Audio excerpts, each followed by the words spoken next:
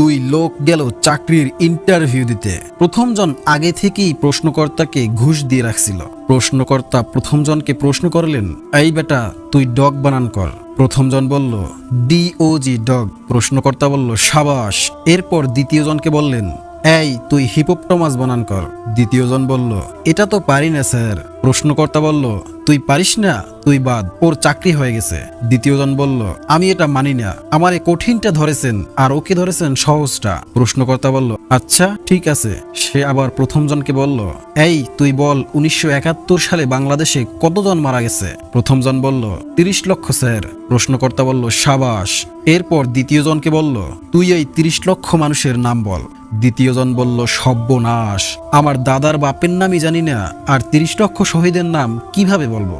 একদিন এক ছেলে পুকুর পাড়ে বসে বই পড়ছে। এমন সময় পেছন থেকে তার বাবা মা দেখে খুবই খুশি হলো। মা বলল, দেখছো আমার ছেলে খেলতে না গিয়ে এখানে পড়তে বসছে? তখন বাবা বলল, ও শুধু তোমার সন্তান না, ও আমারও সন্তান।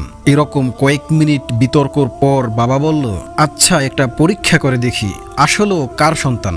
আমরা ওর সামনে একটা ঢিল ছুঁড়ে মারব। যদি সে ও মা বলে চিৎকার করে তবে সে তোমার ছেলে, আর যদি ও বাবা বলে চিৎকার করে তবে সে আমার ছেলে। মা বলল, ঠিক আছে। বাবা ঢিল ছুঁড়ে মারল। ছেলেটি চিৎকার করে বলে উঠল, কোন লম্পটে ঢিল মারল রে? বাবা বলল, সর্বনাশ, এটা তোমারই ছেলে, আমার লাগবে না বাপু।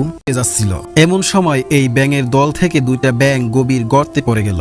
তারা প্রাণপণে লাফিয়ে লাফিয়ে খাতটির ঢালু জায়গা পার হয়ে শেষের দিকে খাড়া অংশের কাছে এসে আবার উল্টো নিচের দিকে পড়ে যাচ্ছিল।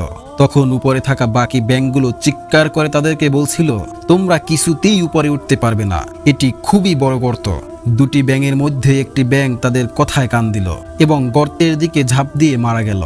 কিন্তু দ্বিতীয় ব্যাঙটি আরো উদ্যম নিয়ে লাফাতে লাগলো, আর উপরে থাকা ব্যাঙেরা আরো জোরে জোরে চিৎকার করে বলতে লাগলো, এই বৃথা চেষ্টা করো না, মৃত্যুকে সহজ করো। কিন্তু ব্যাঙটি অবশেষে উপরে উঠে এলো। উপরে ওঠার পর ব্যাঙটি যা বলল তা শুনে দলের সবাই অবাক হয়ে গেল।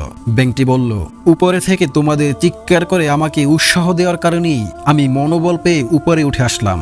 আমি কানে শুনতে পাই না, শুধু চোখে দেখেছি তোমরা গলা ফাটিয়ে ডাকাডাকি করে আমাকে উপরে উঠে আসতে বলেছ।